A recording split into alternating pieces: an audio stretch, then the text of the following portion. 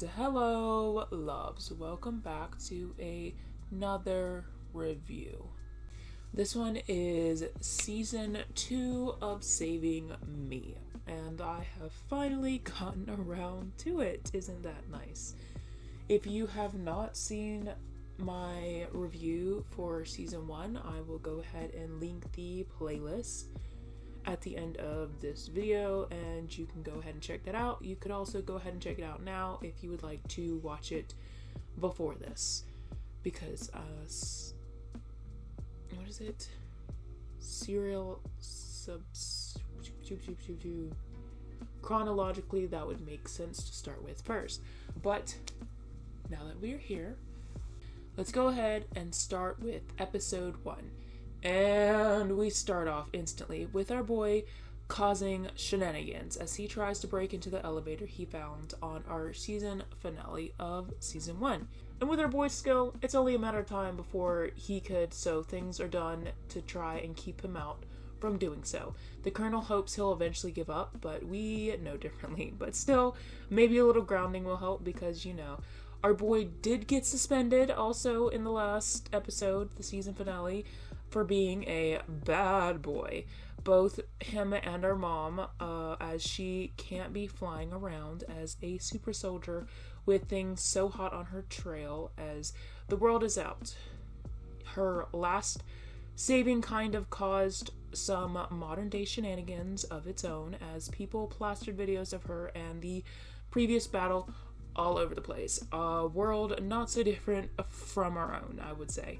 That too doesn't stop our boy from too long, as he has to find a way to help fix Eddie. His solution might be a little on the extreme side, but hey, a little body swap didn't hurt anybody, or, maybe it has. If they aren't careful, eventually the body swap will be permanent. Oh, and it's our girl, Nira, who he's swapping with because her mom is the one watching him, because it turns out that she too is part of the DGS. I'm definitely in love with Nira's mom. She is really pretty epic on top of everything, hence the body swap being the only option Bennett could come up with. Future Bennett is against him leaving first until he comes to the quick realization when going home that if Bennett doesn't fix Eddie, then the Eddie he has never gets created. So out of desperation, he makes the deal to help only if he stays away from the elevator. This, of course, makes young Bennett curious, knowing that he has to know the deal behind the elevator if he's so keen on keeping him away, but wanting Eddie back compels him even more.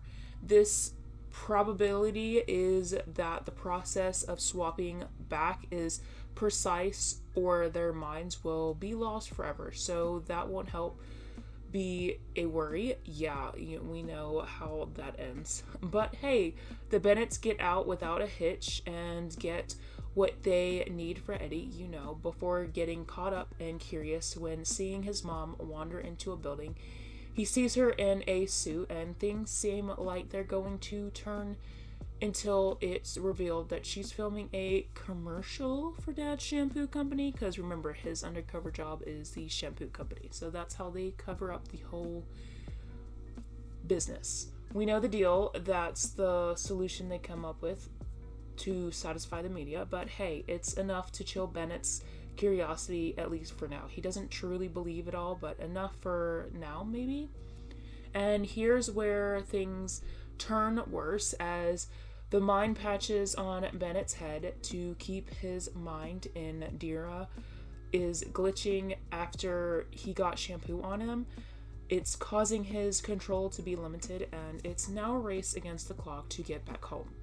It's barely that he makes it, as he literally is dragging himself through the door, but all is good, besides the near-death experience or loss of your mind kind of deal. Good thing our boy's stubborn, because without it, well, he probably wouldn't have gotten into this mess to begin with, but hey, it saved him too, so that's good too. But all is good for now. Our boy Eddie is even fixed up, and we get all the loves, even more so when old Bennett goes back home and gives all the loves to his Eddie, and it's so sweet, even more so with some cookies to come home to. And next up is episode 2. We start off instantly with the issues, as always. As Bennett gets a bit extreme, Boy's got some anger issues. More than usual, he gets upset over his brother and sister being too loud and ends up throwing Sophie's zoodophone. It's a type of instrument in this world only used by a famous musician, Trill. Hers, of course, isn't a real one. This makes our boy feel all the guilt, and he tries again to make things up. His idea this time is to fix the zoodophone, but it can't be made, so instead they do a little inventing of their own to make Sophie a zoodophone of her own, one that actually works. This one, though, is pre-programmed to play Trill songs, as Sophie can't actually play.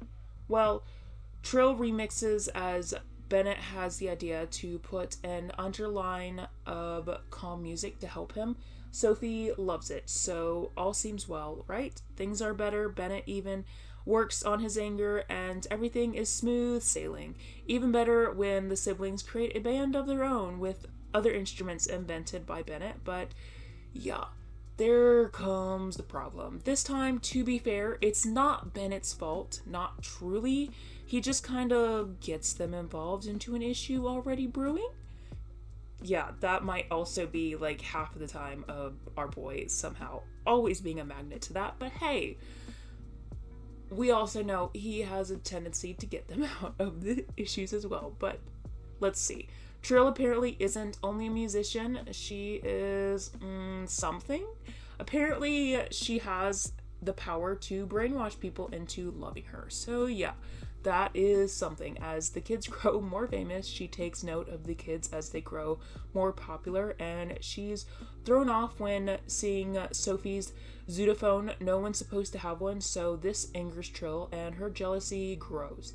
This causes her to want to destroy Sophie and her zoodophone. So yeah, Bennett's not the only one dealing with some issues he needs to work out.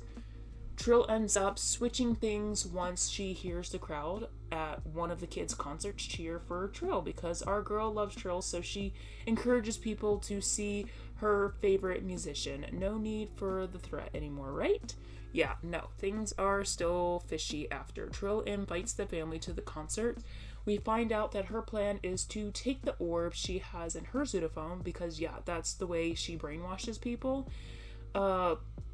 And she puts it into Sophie's, and it makes the impact greater. So not good. Our boy is suspicious for sure, so hopefully he comes up with a plan. That and the DGS government corporation is also looking into Trill, so one of them has to figure this out before things turn worse, hopefully. It's time for the concert, and yeah, it's instant with the brainwashing, all except for our older Bennett, because yeah, he's not technically there, so his brain can't be technically washed. He's the only one left trying to figure this out, and maybe the key.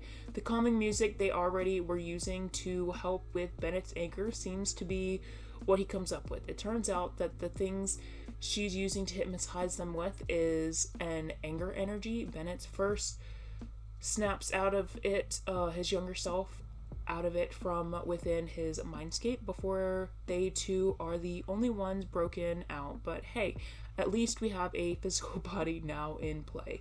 Our boy comes with the big brains as he tricks Trill into calming herself too, and it seems to break her out of control. It turns out that it's her anger that seems to be the thing hypnotizing people specifically, so when she's calm, the connection is broken. Turns out even more that Trill isn't just a bad guy, but an alien bad guy. So yeah, that explains the one-of-a-kind instrument and the mind control. Things are saved and all is well, for sure this time. Even our Bennetts have gotten their anger better under control. And next up is episode 3. This one definitely is a doozy. Bennett gets the bright idea to run for mayor after not agreeing with the only running candidate, Delivers. She wants to have longer school days and healthy lunches. It's the longer school days he's not so much for because it would crack into his inventing time, which, fair. Kids already deal with a long school days, so why would we add more to them? Bennett only decides to run himself after his parents both deny doing so. Of course, our boy can actually run, so his plan is to make a digital candidate. This is in exchange for trying to simply ruin Delaver's campaign. It seems like a fair trade, yeah, not a great idea, but Bennett thinks so. The irony is that the purpose of this trip to the past was to stop Bennett's lying habit, so not a great start, but maybe things will settle out and our boy will learn his lesson. He usually does. I mean, it makes total sense that to not develop a lying habit by lying to a whole bunch of people, it definitely gets worse. End of the world worse, or at least creating a dystopian one run by AI. Perfect trade. But hey, at least Bennett won. It is Bennett at first skinned over by his candidates, but he then has the idea to let an AI run himself instead. He doesn't know enough about everything he needs to as far as in politics and stuff, so it's better to create an AI that does. That could never go wrong, right? That totally never goes wrong. Yeah, creating something both ahead of its time from the hands of older Bennett and smarter than both of our Bennetts. Things take an odd turn when Sophie, who is pro Deverman, starts to try and convince Bennett to come to her side, something he actually begins to sway some after he reads a pamphlet from her and realizes that her points make a lot of sense. So maybe next time look into the person you hate before creating an AI to do your war for you. That would be a good step. Older Bennett goes back to the future, and here's where we get the dystopian. Even Eddie has gone to the dark side. Older Bennett makes it back barely, so hopefully we can manage to shift things before they run out of hand, but it's not looking like it. Yeah, Trutherman, the AI, declares himself mayor and has reign over the internet, so yeah, not good at all. Both sides, our Bennetts and our DGS, are racing to stop this, so let's just hope one of them manages to. Bennett's solution is to create a device that will allow them to go into the internet to be able to fight Trutherman there. It's a battle for sure, swords and all, at least for 2 seconds before they're destroyed. And oh no, Eddie has already been turned.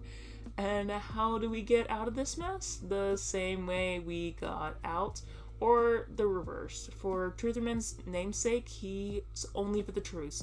So it's by telling the truth that helps him finally relent, even more ironically, by showing that Deverman is a truthful candidate that makes him turn. So all is well, mostly.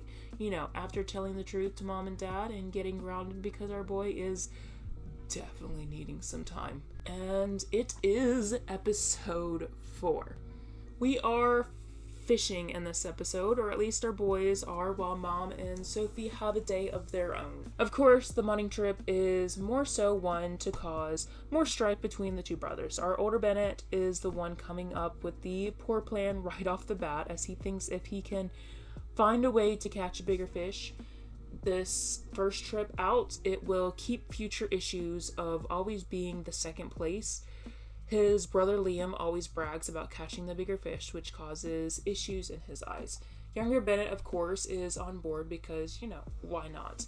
Our mom and daughter duo, on the other hand, are creating good memories. They are in an ultimate VR park that makes things feel all the more real. We also have a bit of a third plot, as we have a fish alien in this one. A seahorse that looks super cute, like super adorable. But let's just say, don't judge a book by its cover. Oh, and this season really does do more with the aliens and the bleep pot with the DGS. Is that how you say that? No. Does more with the aliens and the B plot with the GGS. Our Bennetts come up with the idea to create an invention. Of course, this one causes growth. Their idea is to have their fish pass through the growth ray so that no matter how small, it will instantly become the bigger fish. All good things, because our guy's plan never backfires. They do have the idea to have a shrink button, so that may come in handy. The general notices our little buddy looking all sad and tries to help by adding some decor in his tank. Seems to work, but with a little aggression towards a scuba figurine. I'm sure that will definitely be foreshadowing something. Our growth plan is already starting to go wrong after a little fog gets in the path of the ray to become not so little. So yeah, we got a little frog jumping around that's not so little. Backfires real quick, but hey, that goes overlooked for now. Back to our little buddy, he decapitates the scuba figurine. So yeah, he means business before attacking his own reflection, causing himself a concussion. Our general decides to take him to dad, but our little buddy is playing as he seems to have bigger plans. So maybe not really a dumb moment and just a I'm gonna play these bulls moment. Our little buddy manages to escape, and exactly as you'd expect to happen happens. Our little buddy goes right through the growth ray and seriously is a giant now. So our little buddy is not so little anymore. This ends up pulling our other duo in, and Mom keeps Sophie in the dark, playing it as if they are still at the VR park. Girl is just having her best life. Mom full-on battles our not-so-little buddy as our brothers are holding on for dear life. With no one paying attention to Sophie, she's the next victim of the growth ray. So then becomes our not-so-little buddy against our Sophie. And I'm sorry, when it comes to who I'm rooting for, I'm always going to be rooting for Sophie. It's a quick battle, and both our cuties are back to regular size. And to another crazy day, and Bennett's learning a bit more. It turns out that Liam is actually a bit on the odd side when it comes to winning. He's the one always losing compared to Bennett's achievements, and telling Bennett this, he realizes that getting the bigger fish isn't all that matters, and he relents, because when you're the one that's always achieving, why not let your older brother achieve every once in a while? Next up is episode 5. I'm not gonna lie, this one really did make me question if I was going to continue with the series or even review it, but I'll explain more about it when the questionable comes to play. Sophie asks to borrow Bennett's Unicorn Commando costume. She's wanting to film a short film for a contest. Once Bennett finds out, he's instantly volunteering himself to join with. The problem is controlling issues, so we can see where this episode is going. It's her project, but he's not so convinced it is her way that is the best way, to say the least. Old Bennett comes to stop his younger self before he hurts Sophie and tries to chill his micromanaging tendencies. They try, but yeah, we already know this does not tend to happen as such with our first few attempts. While this is going on, we are shown a side plot with the DGS as they are welcoming an inspector of the Intergalactic Alliance. She's there to see if things are all well with the vault where many alien tech is stored on Earth. The commander is instantly smitten. Back with the kids, they are going over their scripts with the additions of Liam and Nira. Bennett's made some adjustments, major adjustments, that Sophie takes quick note of. He's trying to help to save her feelings, but yeah, Bennett's help goes as well as usual. Eddie is back in the group. He's helping with some projections for the film, and this totally backfires as the DGS has an alarm going off, assuming one of the projections of an alien ship is a real threat. This doesn't help with the inspection. A good reason for the DGS to assume this is a real ship, because the technology is from the future, so it truly looks realistic. Mom takes a moment to check things out, but they've changed the projection, so they no longer take note of it at the moment. That is until the shift scenes and goes back to the alien ship. Of course, everyone doesn't take this so easily. It's like War of Worlds, like the real deal, how many assume the story was real when being read. The kids just keep going about mission while DGS is full battle mode. Bennett gets overwhelmed by the consent of the others not going along with the script and goes off. Everyone runs off before Mom goes back to full attack and hits Eddie. This is where the backfire goes more so full blown even more. Eddie glitches out and becomes the bad guy he was playing. Let's just hope it's not another death of our dear old buddy like the end of the last season. Mom and Eddie are stuck duking it out, only she doesn't know it's Eddie because of the change he has while the projection mode is on. Mom gets knocked down before Eddie's back to with the kids and attacking them. Only his lasers, which were set to too low to hurt, are malfunctioning and of course now actually hurt.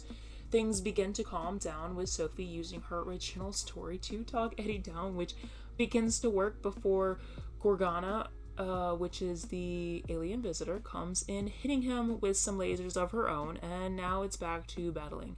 This is actually where things get questionable, but I wasn't too much into being bothered, just cautious of the series now, as it turns out Gorgana's species has 9 genders.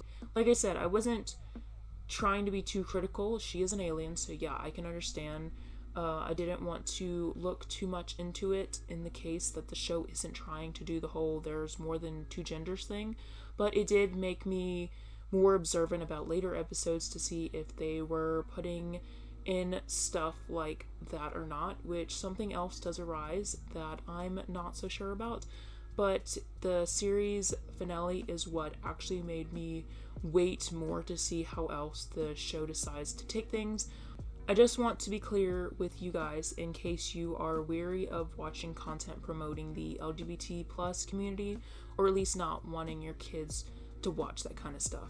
I personally am not bothered if there is characters involving the LGBT plus, but I do steer clear when it comes to something promoting and or strictly about the community for conviction matters, which is why I was cautious with this, especially when it involves a show that is aimed for family and kids. And this is also a show that looks like it's supposed to be. It hasn't explicitly said it does for season finale. That is enough that I will spoil slightly for you. It doesn't straight up say that it is like a religious show or a Christian show or anything along those lines, like being a godly or promoting God. But the season finale, that enough is what made me wait before I strictly say I'm off the show, because yeah, it is at least leaning more towards it's supposed to be a Christian, at least Christian friendly show. So that in itself, I'm cautious of where this goes, and I wanted you guys to also be aware of that as well. But now that that warning is out of the way, I will touch on when the next cautious thing comes into play. But for now, let's get back into the review. It's Gorgana and Mom against Eddie before they come out on top, and Gorgana realizes that Eddie was wearing a projection and assumes the whole thing was a training exercise. So a good twist on a failure. So yeah, let's go with training exercise. She flies off and Mom takes a second look before noticing that, yeah, it's Eddie, and rescues him. So thank you, Mom. She ends up coming home with him and all is well. Things turn out well with the inspector. So no worries there either. Everyone's upset with Bennett before he finally gives Sophie's film a shot and realizes he was too critical, and it even turns out that her film won, so all is well on top of all being well. And yeah, that is it for this part. I appreciate you all for staying for this review and for coming back for it, and I hope you come back in 2 weeks to finalize this review for part 2. And I thank you all for coming and pray blessings upon you all. Goodbye.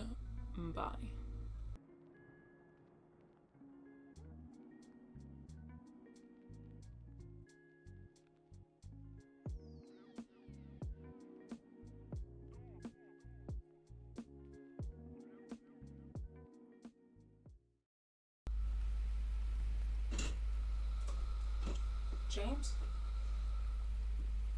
you in here? Where are you? Just... please come back. No, I didn't. Where's James? Where'd I put him? What? I'm not in the mood for jokes, Jax. Do you know where he is or not?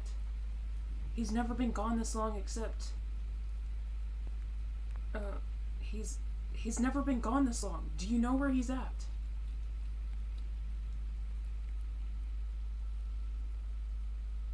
Of course that's where he went.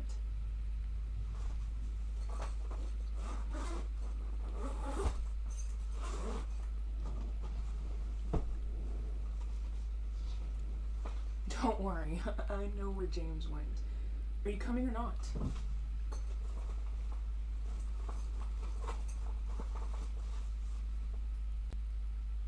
Like, what? Of course I am. So are you coming or not? Like, seriously, Jax.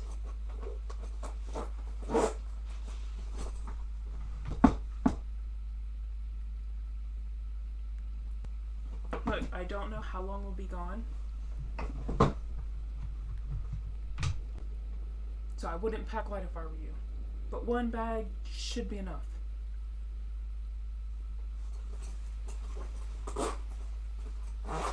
Wonderland, silly. I don't know why James didn't tell me before he left, but that has to be where he's at. Are you crazy? They'd never believe me. They'll just lock me up and keep me away again. But maybe this time, we'll just stay. You'll love it there, I promise. Is that... Yeah, I think that's everything. Come on.